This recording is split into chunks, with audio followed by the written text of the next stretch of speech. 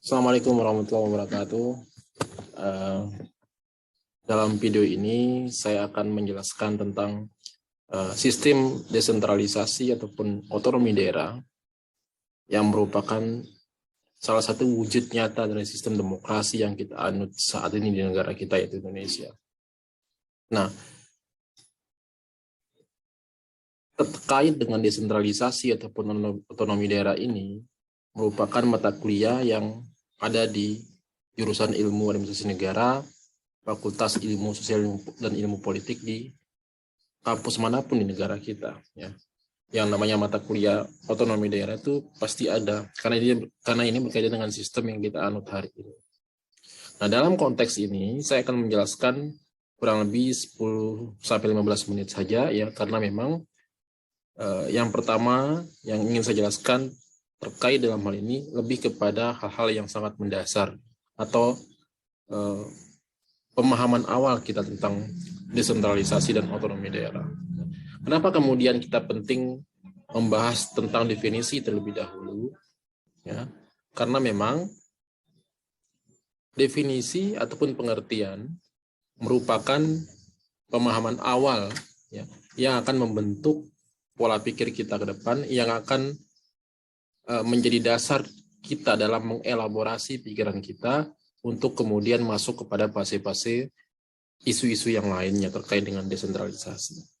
Bayangkan ya, kalau kita berbicara tentang satu objek, namun kita tidak pahami definisinya, tidak kita pahami substansinya, tidak kita pahami hal-hal yang sangat mendasar dalam diri objek tersebut, maka secara otomatis, ya, isu-isu ataupun aspek-aspek lain yang akan kita bicarakan terkait dengan desentralisasi ataupun objek yang kita bicarakan itu pasti tidak akan mengena, pasti tidak akan nyambung.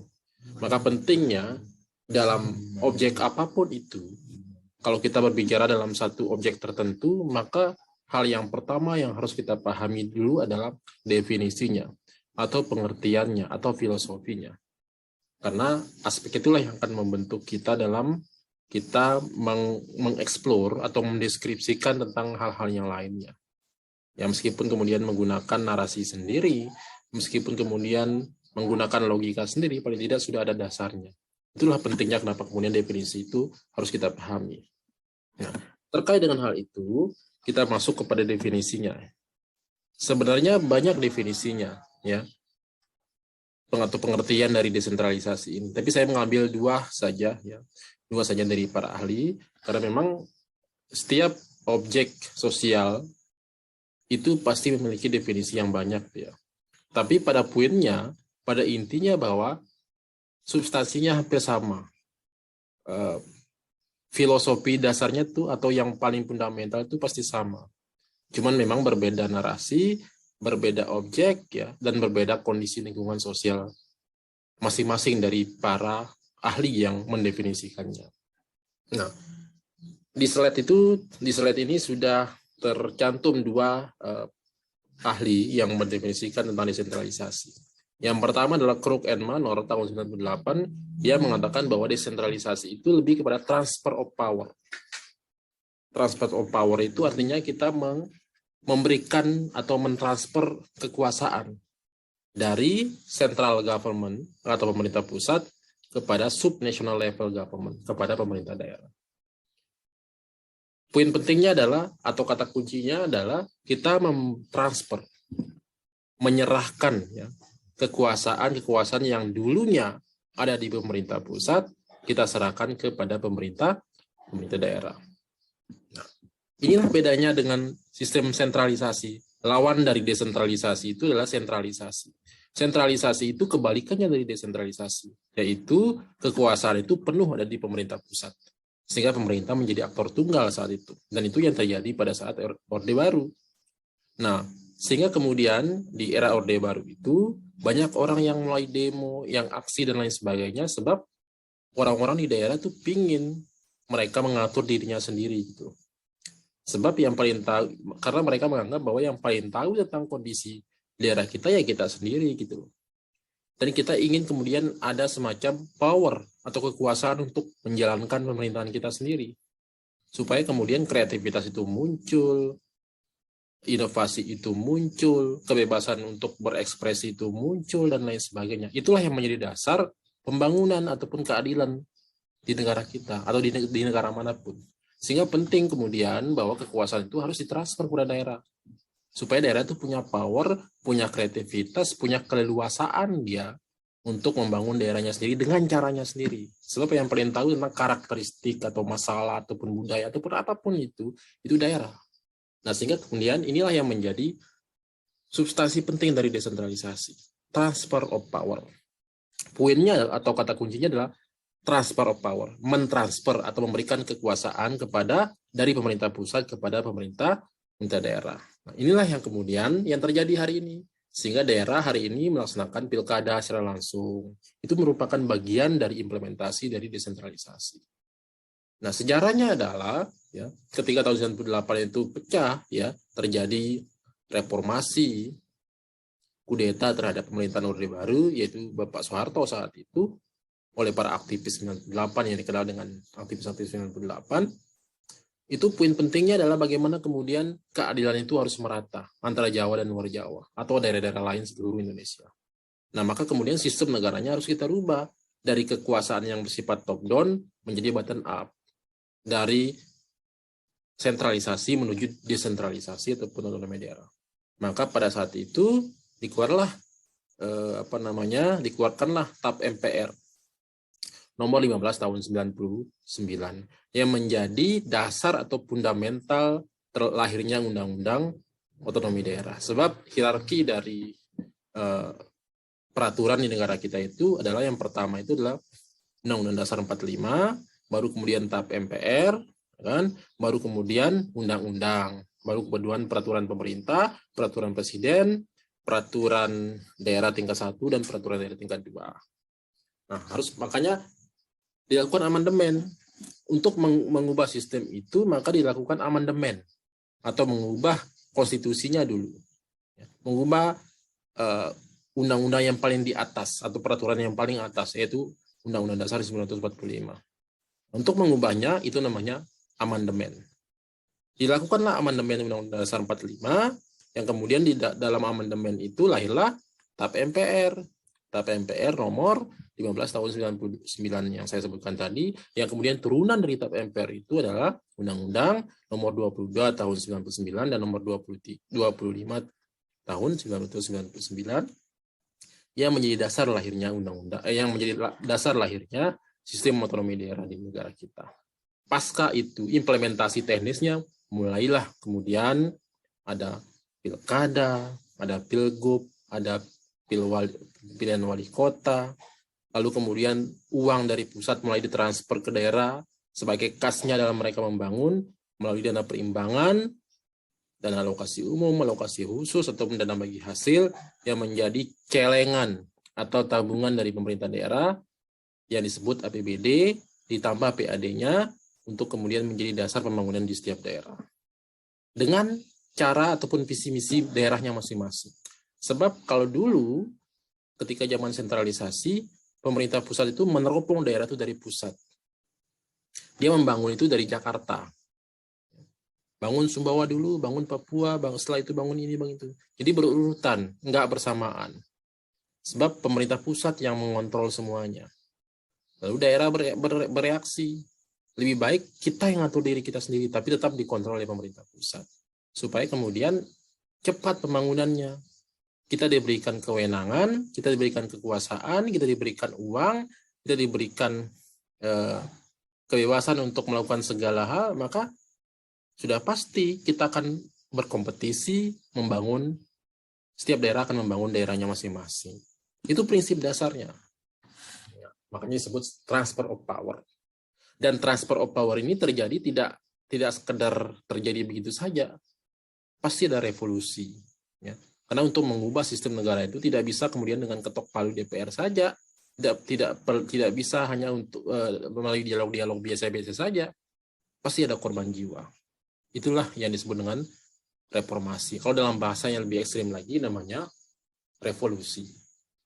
Ya, bagaimana revolusi industri dulu, revolusi Prancis dulu, perang dunia kedua, ketiga, dan seterusnya itu intinya adalah mengubah sistem negara. Sama dengan Indonesia, mengubah sistem negara dari sentralisasi ataupun otonomi ataupun orde baru menuju ke desentralisasi ataupun otonomi daerah ataupun demokrasi. Perlu pengorbanan. Ada yang korban jiwa, ada yang korban fisik semuanya, materi dan lain sebagainya. Bagaimana kita melihat kejadian 98 di negara kita. Nah itu ya. Nah yang kedua, O'Neill tahun 2003 mengatakan bahwa desentralisasi itu lebih kepada otonomi politik dan fiscal power. Otonomi kekuasaan politik kan sama dengan kekuasaan. Lebih kepada sama juga poinnya. Kalau yang di atas pakai bahasa transfer of power, kalau yang di bawah itu pakai istilah otonomi politik dan fiskal atau anggaran, keuangan. Jadi yang diotonomikan atau yang dibagi ke pemerintah daerah itu poin pentingnya adalah politik atau kekuasaan dan uang. Kekuasaan anggaran maksudnya. Jadi percuma kalau kemudian diberikan kewenangan penuh saja tanpa kemudian diberikan kewenangan anggaran. Ya sama saja, nggak ada artinya gitu. Maka orang akan bisa berkuasa, akan bisa kemudian bangkit dari dari keterpurukannya itu ketika dikasih kewenangan penuh plus dikasih beban anggaran kepada dirinya itu dipakai. Baru namanya transfer of power murni namanya. Jadi power yang dimaksud itu adalah politik dan fiscal power atau kekuasaan anggaran. Itu poinnya ya. Itu terkait dengan definisi. Jadi kalau kita paham definisinya, maka otomatis kita akan mudah untuk mengeksplor diri kita, mudah mengelaborasi pola pikir kita dalam memahami sub-sub ataupun aspek-aspek lainnya yang berhubungan dengan desentralisasi. Nah, di slide terakhir, saya cuma ada 2 slide di sini ya, sebagai pengantar. Di slide terakhir, saya kemudian mencoba ya, ini gangguan sedikit, mencoba untuk kemudian menjelaskan terkait dengan tadi kan sudah ada definisinya, ada 2 orang saja ya, jadi cukuplah untuk kita pahami tentang substansi dari desentralisasi ataupun otonomi daerah ya. Nah sekarang urgensinya atau pentingnya otonomi daerah itu apa? Pentingnya sama seperti yang saya jelaskan sebelumnya. Pentingnya yang pertama adalah memunculkan reformasi total. Apa yang dimaksud dengan reformasi total? Jadi reformasi total itu lebih kepada memformasi ulang ya, segala tatanan hidup di negara kita, baik secara politik, ekonomi, sosial, budaya, ketahanan, pertahanan, anggaran, ya, semuanya diformasi ulang atau yang disebut dengan reformasi total. Jadi kalau kemudian reformasi terjadi hanya pada bidang politik, itu bukan namanya reformasi total, dan memang tidak bisa kita hidup dengan hanya kemudian kita melakukan reformasi politik saja, tapi harus semuanya, reformasi politik, reformasi birokrasi, reformasi kewenangan anggaran, reformasi sosial budaya, dan lain sebagainya. Semuanya dirubah. Kenapa semuanya dirubah? Karena memang dasarnya sudah berubah. Undang-undang ataupun konstitusinya sudah berubah. Kalau dulu hak penuh itu ada di pemerintah pusat, melalui konstitusi kita, melalui undang-undang kita. Tapi untuk merubah sistemnya, supaya ada kewenangan pemerintah daerah, dirubahlah undang-undangnya atau konstitusinya, yang kemudian disebut amandemen tadi yang saya jelaskan. Itu yang pertama ya, memunculkan reformasi total. Yang kedua, dengan tema utama adalah menciptakan masyarakat madani. Apa yang dimaksud dengan masyarakat madani? Masyarakat yang terbuka antara satu dengan yang lainnya. Masyarakat yang bisa memahami antara satu dengan yang lainnya. Dulu kan tidak bisa seperti itu. Orang akan ketika terjadi semacam satu perkumpulan, misalnya satu komunal organisasi, maka pasti dicurigai sebagai bentuk yang melakukan perlawanan terhadap pemerintah. Sebagai cikal bakal lahirnya semacam satu gerakan yang akan menyerang pemerintah. Itu saat itu kecurigaannya seperti itu. Sehingga kemudian ada batasan ketika orang ingin bersilaturahim, ada batasan ketika orang ingin berkumpul dengan sahabat, teman, rekan-rekannya atau dengan sejawatnya. Itu kemudian ada batasan. Kenapa? Karena memang ada kecurigaan pemerintah. Ketika ada orang berkumpul, berserikat, dan lain sebagainya, atau ketika ada masyarakat yang begitu terbuka dengan yang lainnya, itu dianggap sebagai satu bentuk yang akan cikal bakal yang akan mengganggu kestabilan negara. Nah, sehingga kemudian itu dirombak total. Perlu adanya keterbukaan antar sesama, perlu adanya semacam satu tukar pikiran dengan yang lainnya, perlu ada saling melengkapi satu dengan yang lainnya, dan lain sebagainya. Atau masyarakat inklusif. Itulah yang disebut dengan masyarakat madani. Yang selanjutnya adalah terciptanya pemerintahan yang good governance. Apa itu pemerintahan yang good governance? Pemerintahan yang tidak lagi pemerintah menjadi aktor tunggal. Kalau dulu saya katakan bahwa segala sesuatu itu pemerintah yang paling berkuasa. Pemerintah akan kemudian menganggap masyarakat ini sebagai objek yang pasif gitu. Hanya menerima saja dari pemerintah. Sebab paradigma pemerintah saat itu adalah kami yang paling tahu tentang kebutuhan kalian. Terima saja apa yang kita kasih. Itu poinnya. Sehingga kemudian manusia ataupun rakyat dianggap sebagai objek yang pasif. Tidak terlibat dalam aspek apapun dia. Hanya menunggu, menerima saja. Karena yang menjadi aktor tunggal adalah pemerintah. Nah, sementara good governance itu artinya adalah bahwa pekerjaan negara ini tidak lagi tergantung terhadap tangan pemerintah. Perlu adanya kolaborasi antara masyarakat atau yang disebut dengan civil society dan private sector ataupun swasta. Swasta itu adalah entrepreneur, usaha-usaha, pengusaha, industri, dan lain sebagainya. Jadi mereka terlibat. Itulah yang disebut dengan partisipasi. Makanya dalam poin penting dari otonomi daerah ataupun desentralisasi itu adalah partisipasi publik. Partisipasi publik dalam pembangunan, dalam pengawasan, dalam implementasi kebijakan, sama-sama kita rembuk, sama-sama kita lakukan. Itulah yang disebut dengan good governance. Adanya kolaborasi triple helix antara government, civil society, dan private sector untuk memajukan negara ini. Jadi pemerintah tidak lagi menjadi aktor tunggal, tapi pemerintah sudah bisa berkolaborasi atau pemerintah sudah bisa lebih inklusif dengan aktor-aktor yang lainnya. Itu urgensinya. Dan yang terakhir adalah mengembangkan model pembangunan yang berkeadilan. Kenapa disebut dengan mengembangkan model pembangunan yang berkeadilan? Sebab pemerintah tidak lagi meneropong semua daerah itu dari Jakarta. Kan tidak adil kan kalau kemudian setiap daerah di seluruh Indonesia ini hanya dilihat dari Jakarta dengan kacamata Jakarta. Nggak fair.